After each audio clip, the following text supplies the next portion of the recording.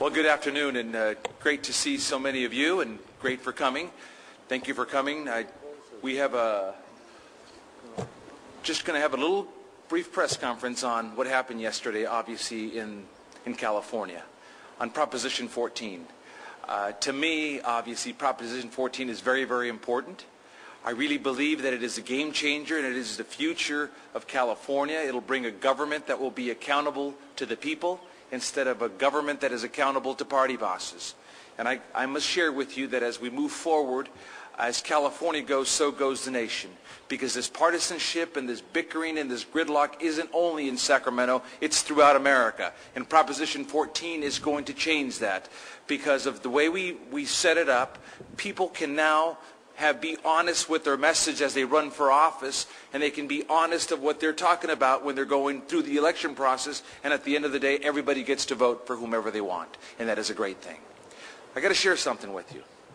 I've been in this building for 11 years, and I'll never forget in 2000, I had a member of one of my colleagues here come to my desk and say, "Assemblyman Maldonado, you better start towing the line. You better start towing the party line because the open primary was just struck down by the United States Supreme Court." And I'm here to say to those folks, they better wake up, because the process has been changed by the people of California. And I must say to you that starting today, 3.4 million people, independents and declined states, will be able to go to the booth just like I can and vote for whomever they want. And that is a great thing for California, because at the end of this process, I want members in this House to be working with our governor as Californians, not as party folks. Because it's first is family, second is California, third is party. And that's what we need to be focused on. So without further ado, one of the persons that's worked very, very hard on reforming California in so many ways. It started with Proposition 11, now with Proposition 14, that's Governor Schwarzenegger. He has given his time, he has dedicated his life to fixing California. He's gone to the ballot, he's gone to the people, and here we are again. This man deserves all the credit in the world because he put all his heart into this, and it wouldn't have happened if it wasn't for Governor Schwarzenegger. So with that, Governor Schwarzenegger, please come up and say a few words. Thank you. Thank you. Thank you very much, Lieutenant Governor Maldonado. I want to thank you first for being such a great partner, and you're the one that is responsible for having this become a reality, because you last year in your budget negotiations made this part of the budget negotiations, and that's why it was on a ballot in the first place. So we want to thank you for the great work that you have done. I also want to say thank you to others that were responsible for making something like this successful. It's never one person alone. Alan Zernberg, the CEO of California Chamber of Commerce, thank you very much for being here today and for your great support on this initiative. Then David Pacheco from the AARP. The AARP has been a big supporter of this, and also 2 years ago for Proposition 11, and we go back to 2002 when they were big supporters of Proposition 49 for the After School Education and Safety Act and so on. So they always brought me good luck, so we want to thank also him and the AARP. And Joyce Gartner from the Independent Voice, we want to thank them also for the great support. And Dan Howell from the California Independent Voters Project, and Adam Mendelson, who ran the campaign and did an extraordinary job, and all the organizations that endorsed this initiative. They were very important to get everyone on board, and all the people, of course, that donated money, and the people that voted for it. I want to say thank you to all of you for the great work that you have done. Because of that, we finally won, and this is, of course, I'm very happy today. This is the second one of the reforms that we've passed in the last 2 years. In 2008, we passed the redistricting reform, and this was kind of, this completes that puzzle. It's the piece that was missing. I always said this is going to be work that has a sequel, and so this was the sequel. And we're very happy that Proposition 14 passed, because that means now that, as the Lieutenant Governor was already saying, that everyone can go now and participate and vote. It will make our legislators and the politicians more accountable to the people, It would take power away from the parties. There's no two ways about that, and that's exactly what we wanted. We wanted to have the politicians be public servants and not party servants. We wanted to make sure that the politicians don't get stuck in the ideological corners, but they go and they can compromise. We have seen now that the rest of the country has gone far to the right or far to the left. California voted in the middle. By approving this proposition, they said that we got to bring both of the parties, Democrats and Republicans, together in order to come to decisions and in order to do what is best for the people. Because we have a two-party system, and the only way we can run this state is by both of the parties working together rather than continue with the gridlock that we have seen over the years. We got to get rid of the partisan gridlock, and this Proposition 14 will do that. Now, the sad story is that it will not happen during my administration. It will not have any effect while I'm here in office. But by 2012, redistricting and open primaries will kick in, and you will see an extraordinary change in the direction that California will be going and the kind of decisions that will be made here. You will see much faster decision-making here from now on, because it's inexcusable that we are sitting here, that we know we have a budget problem, and they cannot fix the budget system. We know that we have had a tax problem. It's a broken tax system, and the politicians cannot fix the tax system. We have a broken pension system, where we have now $500 billion in debt because of the public employees' pension system, and now they still cannot fix it. I mean, this is why we needed those kind of changes. So I am very happy today that we have this victory. I know that it has been struck down by the Supreme Court, but it has been rewritten so that now we can move forward and do it so it is approved by the Supreme Court and it will pass any test in the future. Thank you very much. And with that, I will say the next speaker will be David Pacheco to come out and say a few words about this. Thank you.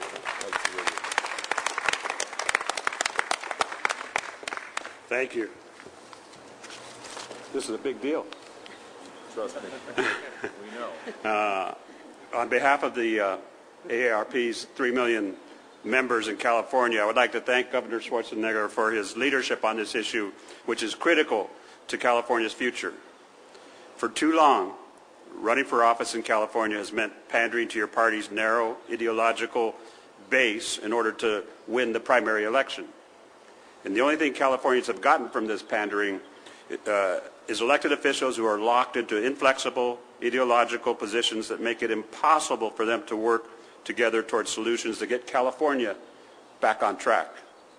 But now, thanks to the passage of Proposition 14, Californians will be able to elect legislators that are beholden to the people of California and who will work together not to compromise their principles, but to make principled compromises on behalf of the millions of diverse people who make up the state of California. An open primary system will give every Californian equal access to the same ballot and will put us back on track towards restoring the faith we once had in our elected representatives. With that, I again would like to thank you, Governor, and I'd now like to introduce Joyce Statner, with Chair of Independent Voice.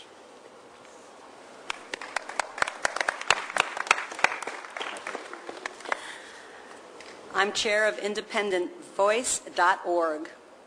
Today is California's Independence Day. Over 2 million voters cast a yes vote for Proposition 14 and against partisan politics. As a result, 3.4 million declined to state independent voters will have equal access to our political process. At the rate voters are choosing to become independents here in California, we expect to be over the 4 million mark by our next election cycle.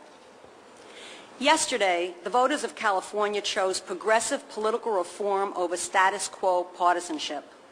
Proposition 14 passed by the largest margin for a political reform initiative in more than a dozen years. The voters made a clear and decisive statement that the way to fix broken government is to expand democracy, contain the control exercised by political parties, and give greater power to the people. I want to thank the independent voters and organizations across the country that aided us in our fight to expand our democracy, most especially our national ally, independentvoting.org. Of course, I want to thank Governor Schwarzenegger and Lieutenant Governor Maldonado for standing with the outsiders to take on the party insiders. This is a game-changing coalition. Thank you very much. Elected officials and candidates should take note. There is a new political force in California. I highly recommend you go to our website at independentvoice.org and start reading up on the issues of concern to independent voters. For as diverse a group as we are, we're unified behind the belief that we must democratize our political process so that the people, not the parties and special interests, determine the politics and policy of our state and our country. But don't wait too long, because the next election will be here soon, and 3.4 million independents want to know where you stand on the independents' political reform agenda. Finally, a word about the national implications of Prop 14. California is a bellwether state, and our victory for open primaries and progressive democratic reform here must be used to break the hold of partisanship everywhere in America. I want to extend a direct invitation to Governor Schwarzenegger, Lieutenant Governor Maldonado, and the rest of our coalition partners to join with us in extending this effort nationally. And a special message to our independent friends across the country who are fighting as we speak to achieve or protect open primaries and nonpartisan elections in Pennsylvania, South Dakota, Florida, Kentucky, South Carolina, and New York City. Help is on the way. It's now my pleasure to introduce the CEO of California's Chamber of Commerce, Alan Zarenberg. Thank you. Thank you very much. I don't think we have to look any further than yesterday's voter turnout, which could very well be less than 30%, to see the significance of Proposition 14. Yesterday's voter turnout determined most of the legislative representatives and our congressional representatives, not what's going to happen in November, but under existing law, yesterday with a voter turnout less than 30%. That isn't democracy. Proposition 14 will absolutely change that dynamic and allow the majority of the voters in each district to turn out and select their representatives in November. On behalf of our members, we need a legislature that cares about the number one issue for Californians, California individuals, workers, and businesses, and that's jobs and job growth that has been ignored far too long in this building. I can't say enough about the leadership and the strength and the courage of both the Lieutenant Governor Maldonado and our Governor Arnold Schwarzenegger for taking on the interest of the status quo, for saying, I have courage to stand up and I will fight for this. And I must say, and you look in the definition of legacy, something that will be long-lasting, and we will have, along with Prop 14 and fair redistricting, Proposition 11 that Governor Schwarzenegger championed, we will have a legacy of change so that the status quo of gridlock is no longer what rules in California. Thank you, Governor. Thank you, Lieutenant Governor. We will see a change, and we will hope for the best and see that change for the people of California. I'd like now to introduce Dan Howe on behalf of the California Independent Voter Project.